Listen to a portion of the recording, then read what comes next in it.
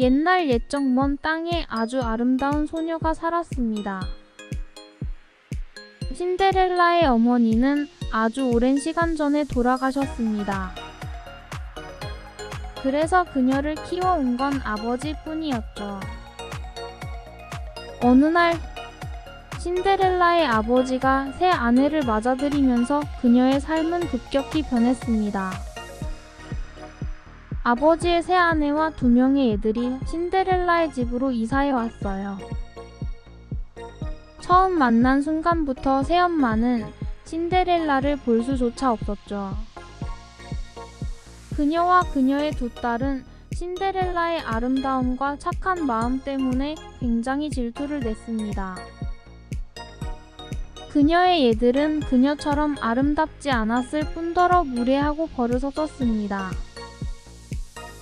어느 날 이를 해결해야 했던 신데렐라의 아버지는 멀리 떠날 일이 생겼습니다.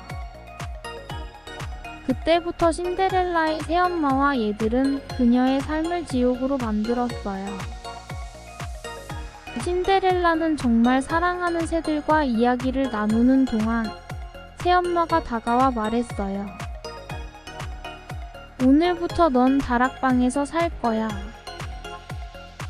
집안 모든 일을 다 맡아서 해. 그리고 이 옷으로 다닐 일은 없어. 신데렐라는 어떻게 대답해야 할지 모르더군요. 무기력하게 그녀는 명령대로 했어요. 짐을 싸서 다락방으로 이사를 가게 되었죠. 그 이후로 신데렐라는 집안 모든 일을 스스로 처리하기 시작했습니다. 정말 피곤해하지만 새엄마나 얘들은 한 번도 그녀를 불쌍히 여겨주지 않았어요. 바닥을 다시 닦아. 먼지가 아직도 보여. 빨래를 안 했구나. 옷이 하나도 없어 입을 것이 없어요. 신데렐라는 창문에 다가오는 쥐와 새들 외에는 친구가 없었어요. 추운 날씨로 인해 밤에 몰래 신데렐라는 벽 난로로 내려가서 남아있는 불에서 따뜻하게 하며 잠들곤 했어요. 시간이 흘러가면서 어느 날 마을에서 왕국으로부터 공고가 나갔어요. 저희 왕자님의 성에서 무도회가 열릴 예정입니다. 결혼 가능한 모든 소녀들은 이 무도회에 초대됩니다. 즉시 새엄마와 애들이 이 초대를 듣자 집으로 달려와 어머니에게 말했어요. 무도회에서 가장 아름다운 소녀가 될 거예요. 왕자님께서 반드시 여러분 중 한 명을 선택하실 거예요. 그렇게 하면 우리가 다 왕궁에 살 수 있겠죠? 어머니, 여자아이들을 위한 들여다볼거리와 신발을 사러 가야 해요. 빨리 가요. 쇼핑을 하러 갑시다. 새엄마와 얘들은 집을 떠나고 모든 대화를 듣는 신데렐라는 그들을 지켜보았어요. 준비 과정은 몇 일 동안 계속되었어요.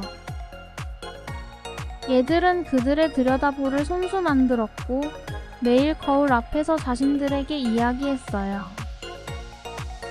우리가 무도회에서 가장 아름다운 소녀들이 될 거예요. 마침내 큰 날이 도착했어요.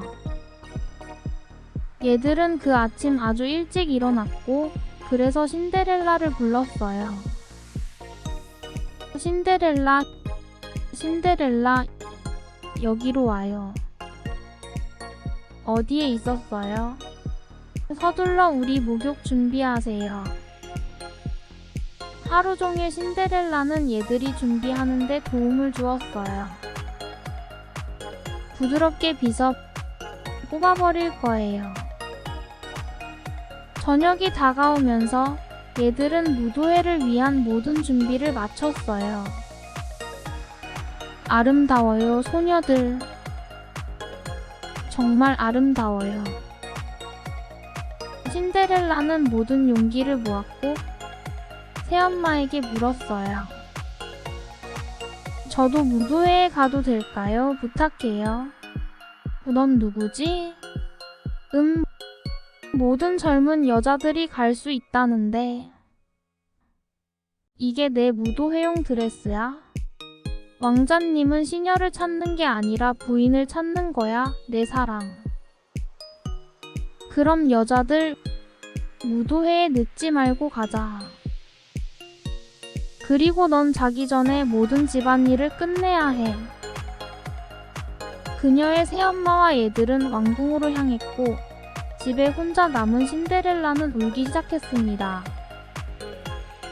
이런, 제가 왕궁에 갈 수 있었어야 했는데 부모님이 여기 계셨다면 이런 일은 없었을 텐데. 그때 아주 밝은 빛이 나타났습니다. 처음에 신데렐라는 그게 뭐인지 이해하지 못했어요. 그녀는 그 빛을 바라보고 있었고 갑자기 아름다운 요정이 그 빛 가운데 나타났어요. 내 아름다운 신데렐라, 울지마. 너 또한 왕궁에서 열리는 무도회에 갈 거야. 신데렐라는 믿을 수 없었어요. 그녀는 충격을 받아 물었습니다. 제가 갈 수 있을까요? 그냥 나를 보세요. 걱정 마요. 저는 너를 돕기 위해 여기 왔어요. 이제 호박과 7마리 쥐를 가져다 주세요. 신데렐라는 왜 그런 것을 원하는지 이해할 수 없었어요. 그런데도 그녀는 지시대로 했어요. 먼저 그녀는 부엌으로 가서 큰 호박을 집어왔고 그런 다음 다락으로 올라가서 집쥐 친구들을 데려와서 다시 아래로 내려왔어요. 요정은 마법봉으로 호박을 아름다운 마차로 변환했고 그런 다음 쥐들에게로 돌아섰어요. 그중 하나는 운전사가 되고 나머지 6은 아름다운 흰말로 변했어요. 신데렐라는 놀랐고 마차를 바라보며 있었죠. 요정은 그녀에게 돌아섰어요. 마법봉으로 그녀에게 손을 대자 신데렐라의 옷 전부가 아름다운 무도회 드레스로 변했고 발에 신은 슬리퍼도 아름다운 유리 구두로 변했어요. 난 공주처럼 보이네요. 이제 무도회에 가야 해요. 그런데 잊지 마세요. 시계가 12시를 알리면 집에 돌아가야 해요. 그때까지 모든 것이 예전으로 돌아갈 거예요. 신데렐라, 요정의 말을 정말 잘 들어야 해요. 그녀는 마차에 올라타서 왕궁을 향해 달리기 시작했고 그녀의 황홀한 마차는 왕궁 앞에서 멈추었어요. 신데렐라가 왕궁의 대문을 통해 무도회장으로 들어갈 때 모든 눈이 그녀를 향했죠. 그녀는 너무 아름답고 우아했습니다. 새엄마와 심지어 얘들조차도 이 아름다운 여자를 쳐다보지 않을 수 없었어요. 당연히 그들은 그녀를 알아보지 못했습니다. 갑자기 왕자가 계단에서 나타났어요. 신데렐라는 무도회장의 젊은 여성 중에서 돋보였어요. 왕자는 이 아름다운 젊은 여성을 처음 보자마자 사랑에 빠졌어요. 모두가 궁금하게 지켜보는 가운데 그는 천천히 내려오며 그녀에게 다가갔어요. 얘들은 왕자가 자기 쪽으로 오는 걸 무척 기대했어요. 아, 그는 나에게 온다. 아니, 그는 나에게 온다. 그러나 왕자는 그녀 곁으로 지나가서 신데렐라 앞에 섰어요. 가장 아름다운 어린 여성. 이 춤을 저와 함께 출 수 있을까요? 왕자가 물었습니다. 신데렐라는 공손하게 머리를 끄덕였습니다. 왕자와 신데렐라는 모든 초대 손님들의 호기심 가득한 시선 가운데 춤을 추기 시작했습니다. 신데렐라는 음악과 춤에 사로잡혔고 그녀와 왕자만 무도회장 안에 있는 것처럼 느껴졌습니다. 그들은 밤새도록 끊임없이 춤을 추었고 물론 신데렐라는 시간이 어떻게 흘러갔는지 모를 만큼 심술궂게 느끼지 못했어요. 어느 순간 큰 시계가 그녀의 시선을 끌었습니다. 거의 자정이었어요. 그 순간 신데렐라는 요정의 경고를 기억했어요. 시계가 12시를 알릴 때까지 집에 돌아가야 해요. 그때까지 모든 것이 예전으로 돌아갈 거예요. 공포에 사로잡힌 신데렐라는 달려가기 시작했고 왕자를 뒤에 두고 왕궁 계단을 내려가더니 그녀는 한 짝의 구두를 떨어뜨렸지만 그걸 다시 주우러 돌아가는 시간조차 없었어요. 그녀가 더 먼 곳으로 달려갈 때 시계가 자정을 알리며 모든 것이 예전 상태로 돌아갔습니다. 왕자는 그녀를 따라 나가자 계단에 그녀의 신발을 발견했어요. 이 신발의 주인을 찾아 왕국의 모든 소녀를 다 시도해봐도 상관없어. 그냥 그녀를 찾아. 신데렐라는 숨을 가다듬으며 집으로 돌아와서 곧바로 다락으로 올라갔어요. 그녀는 왕자와 보낸 밤을 생각하기 시작했고 자신에게 기회가 없다는 것을 알고 있었지만 그래도 그녀는 그에게 사랑에 빠졌습니다. 왕자가 그녀를 찾는 것은 거의 불가능하며 그녀를 찾아도 그를 알아볼 리는 없었을 거예요.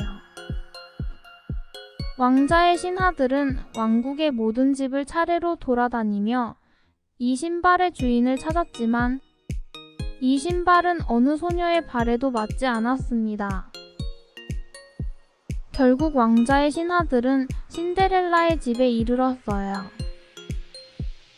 신데렐라는 집 앞에 왕의 마차를 보고 매우 기뻤습니다. 그녀는 방을 나가려던 순간 새엄마가 문 앞에 나타났고 어디 가려고 하는 거야?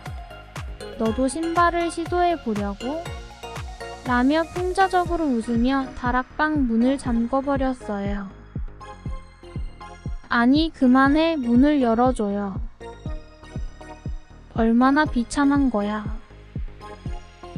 왕자와 내가 어떤 공통점이 있을까?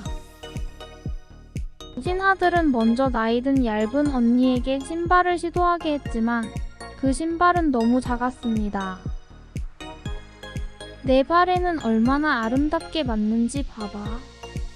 그런 다음 더 젊은 통통한 언니가 신발을 시도했습니다. 그러나 통통한 발은 심지어 신발에 들어가지 않았습니다.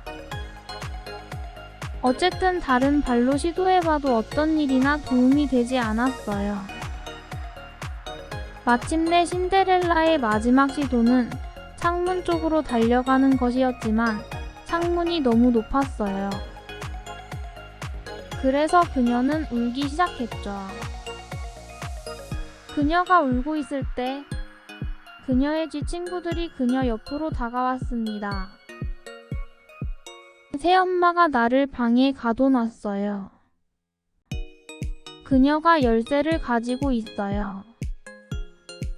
쥐 중 한 마리가 문 아래로 미끄러져 내려가서 아래로 달렸어요. 새엄마는 왕자의 신하들과 함께 문 앞에 있었어요. 왜 오늘 내일로 미루지 않을래? 그들 조금 피곤해 보여 발이 부을지도 몰라.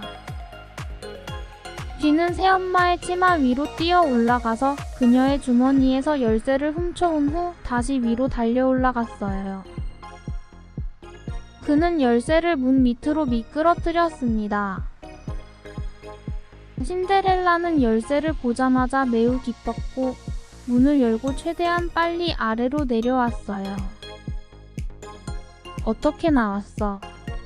그만해, 가지마. 나도 신발을 신어보고 싶어. 새엄마와 얘둘은 히스테리컬하게 웃기 시작했습니다. 조용해요. 왕자의 명령대로 왕국의 모든 소녀가 이 신발을 신어봐야 해요. 신데렐라가 신발을 신어보자 모두가 깜짝 놀랐습니다. 완벽하게 맞았기 때문에. 젊은 아가씨, 이 신발의 주인이에요. 신데렐라는 확인하기 위해 머리를 끄덕였습니다. 왕궁으로 함께 가주시겠어요? 신데렐라는 왕자의 신하들과 함께 왕궁으로 갔고 그들은 그녀를 왕자 앞으로 데려갔어요. 왕자는 그녀의 눈을 바라본 순간 그것이 그와 함께 춤을 추었던 그 여자라는 것을 알았습니다. 그는 그녀의 손을 잡았고 드디어 당신을 찾았어요. 네, 공주님. 저와 결혼해 주실래요? 행복의 눈물을 흘리며 그녀는 왕자의 제안을 받아들였습니다. 그들은 결혼하고 행복하게 오래오래 살았습니다. 신데렐라 이야기는 다양한 교훈을 담고 있습니다. 여기에서 몇 가지 중요한 교훈을 소개해드리겠습니다. 선량함과 인내. 신데렐라는 가족의 악의적인 대우와 억압에도 불구하고 항상 선량하고 인내심 있는 모습을 보여줍니다.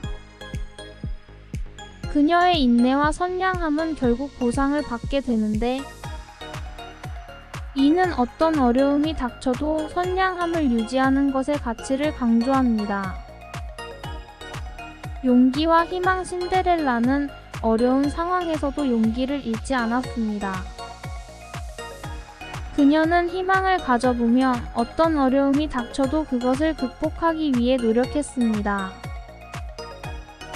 우리에게는 어떤 상황에서도 용기를 내어 꿈을 향해 나아가는 중요성을 상기시키는 교훈을 줍니다. 내면 아름다움. 이 이야기는 내면의 아름다움과 선량한 마음의 중요성을 강조합니다. 외모나 재산이 아니라 내면의 덕과 선량함이 진정한 가치를 나타낸다는 교훈을 전합니다. 도움의 손길과 관용. 신데렐라 이야기에서 요정과 마법을 통해 도움을 받는 장면이 나타납니다. 이는 때로는 다른 사람들의 도움을 받는 것이 중요하며 관용과 도움의 손길을 제공하는 것이 얼마나 소중한지를 보여줍니다. 꿈과 희망. 신데렐라의 이야기는 꿈과 희망이 어떻게 미래를 밝게 만들 수 있는지를 보여줍니다. 꿈을 품고 희망을 가져보면 어떤 어려움도 극복할 수 있음을 보여주며 희망을 가짐으로써 어떤 어려움도 극복할 수 있다는 긍정적인 메시지를 전합니다. 이러한 교훈은 신데렐라 이야기를 통해 전해지며 우리에게 삶의 가치, 선량함, 희망, 용기, 내면 아름다움의 중요성을 상기시킵니다.